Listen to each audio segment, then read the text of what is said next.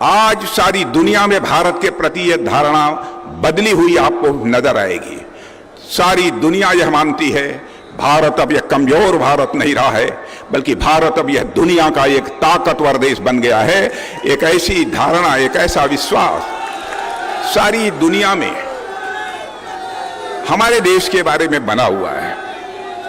धन दौलत के मामले में भी 2004 से 2014 तक बराबर जब भी कांग्रेस की सरकार रही है, डॉक्टर मनमोहन सिंह जी प्रधानमंत्री थे, हमारा भारत धन दौलत के मामले में दुनिया के देशों में 11वें स्थान पर खड़ा था। लेकिन मोदी जी के भारत का प्रधानमंत्री बनने के बाद ही मेरे बहनों भाइयों, हमारा भारत धन दौलत के मामले में दुनिया के देशों में जो 11वें स्थान पर खड़ा था, वह जंप लेकर आज 5वें स्थान पर पहुंच गया है।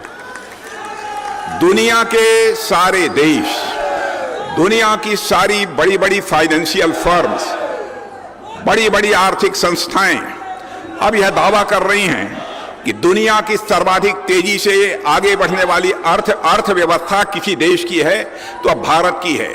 और ये ऐसे ही भारत आगे बढ़ता रहा तो 2027 आते आते भारत दुनिया के देशों में नंबर 3 पर पहुंच जाएगा बहनों भाइयों।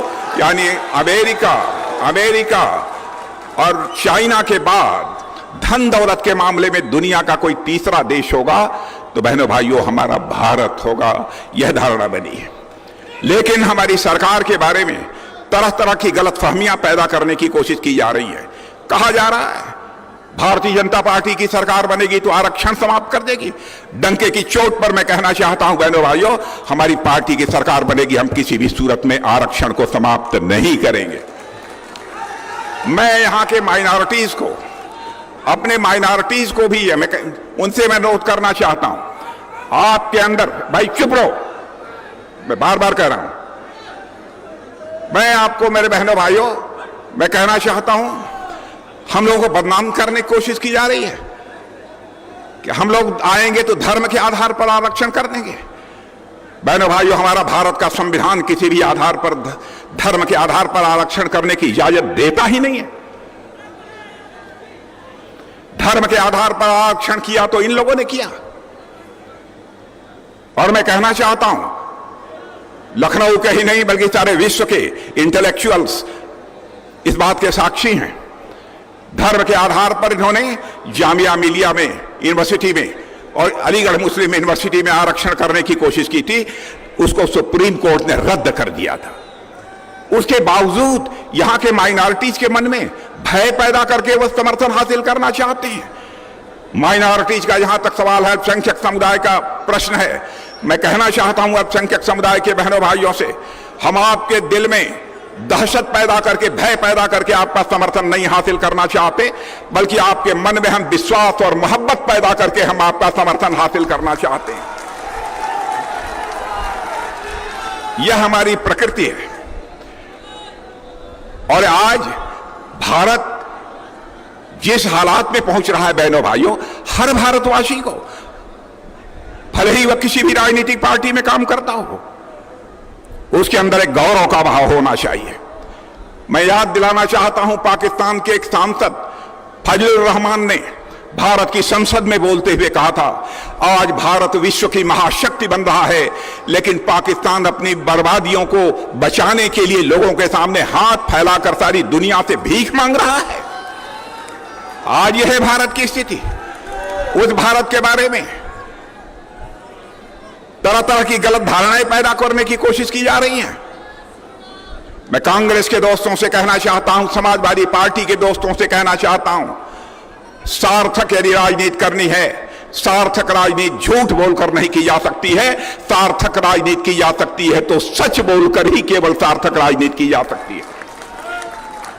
हिम्मत है तो जनता की आंखों में धूल झोंक कर राजनीति करने की कोशिश मत करो, जनता की नजरों में नजर डालकर राजनीति करने की कोशिश करो। बहनों भाइयों, हम लोग राजनीति केवल सरकार बनाने के लिए नहीं करते हैं। हम लोग राजनीति करते हैं तो देश बनाने के लिए हम राजनीति करते हैं।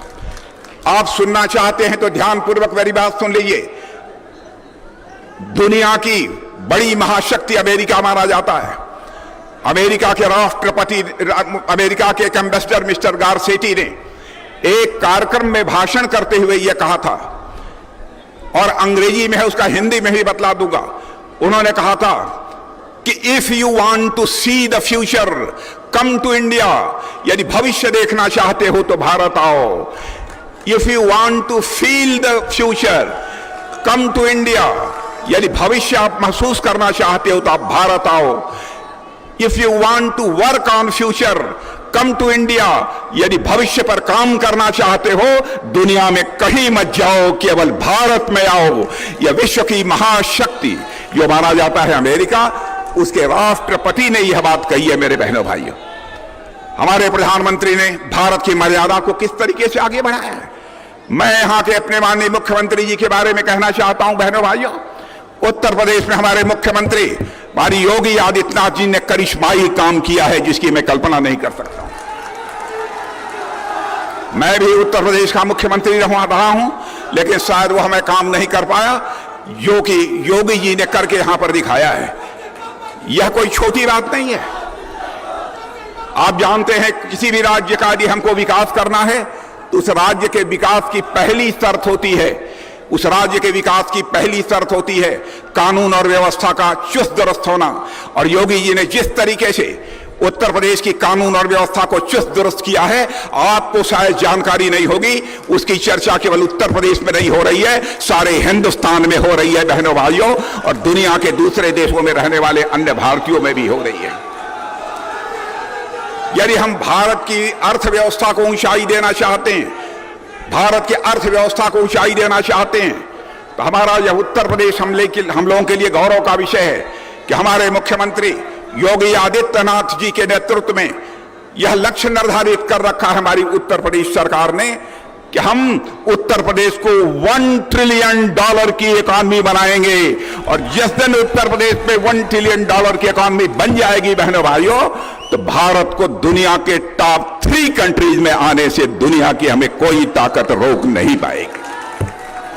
इसलिए विस्तार पूर्वक योगी जी आपसे चर्चा करेंगे, लेकिन जहां तक विकास का प्रश्न है, यहां का सांसद होने के नाते मैं इतना ही कहना चाहता हूं, जब भी मैं चुनाव लड़ रहा था उस समय भी मैंने आपसे कोई वादा नहीं किया था।